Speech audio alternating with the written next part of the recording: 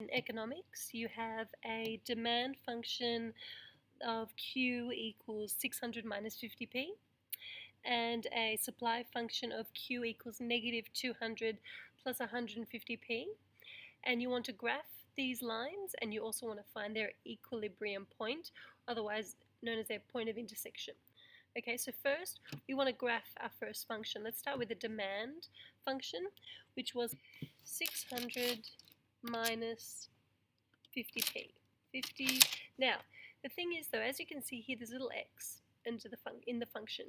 Now, if you do maths, you would know that that's because that means it has to be in terms of x. Okay, so the calculator's default is to use x as the independent variable instead of p. So we're going to just let x be p for now. So we graph that. Now, as you can see, we can't even see the function. That's because they're using such high values like 650. Our graph only goes to 10 and 6.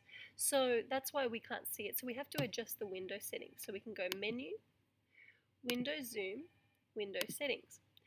Now let's try it first. Let's just go like negative 100 to 100 and negative 200 to 200. Okay, so now we can see the function really well.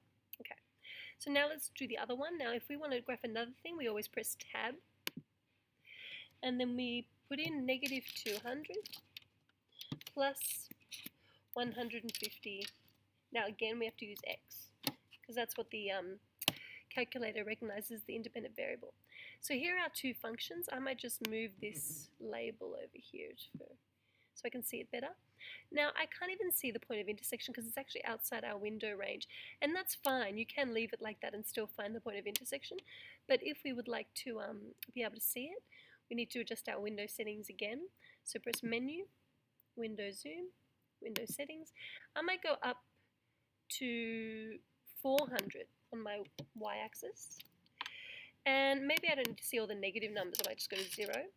Now I'm also thinking that should be enough to see the point of intersection. However, I thought I'd change the x value as well just to make it a little bit wider, just to spread it out a little bit. So I might zoom in on the x, so negative 50 to 50, and see how that looks. Okay, so now they're a little bit more spread out and I can actually see the point of intersection, which is up here somewhere. Okay, so now I want to find a point of intersection, which will give us the equilibrium point. So I go Menu, Analyze Graph, Intersection. I choose my lower bound, which should be before the point of intersection, upper bound, which is to the right of the point of intersection. You know you've gone far enough because it says the word intersection. Okay, and I press that, and there it is, 400. Now remember, this is in XY. Okay, this is like X is 4, Y is 400. Now remember though, P is actually X because P is independent variable. So P is that first one, 4, and Q is dependent on P, or in other words, quantity is dependent on price. So Q is the 400.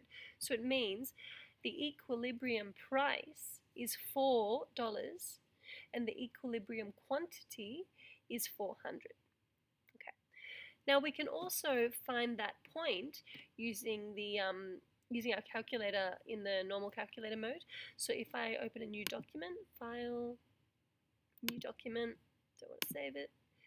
Okay, I'm just going to go to a normal calculator document. Okay, so now I can find my equilibrium point without graphing it.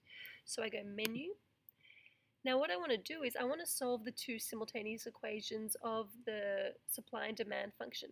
So we go Menu, Algebra, Solve System of Linear Equations. This is what you do to solve simultaneous equations. Now we've got two equations, the supply and the demand, but our variables aren't x and y, so to make it easier for us, we can actually change them now. So let's change our variables to p instead of x and q instead of y. Okay. You have to keep that comma there, otherwise it won't understand it.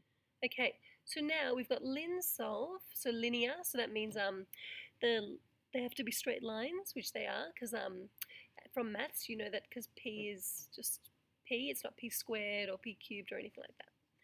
Okay, so now we put in our functions here, and luckily we can actually use q and p now.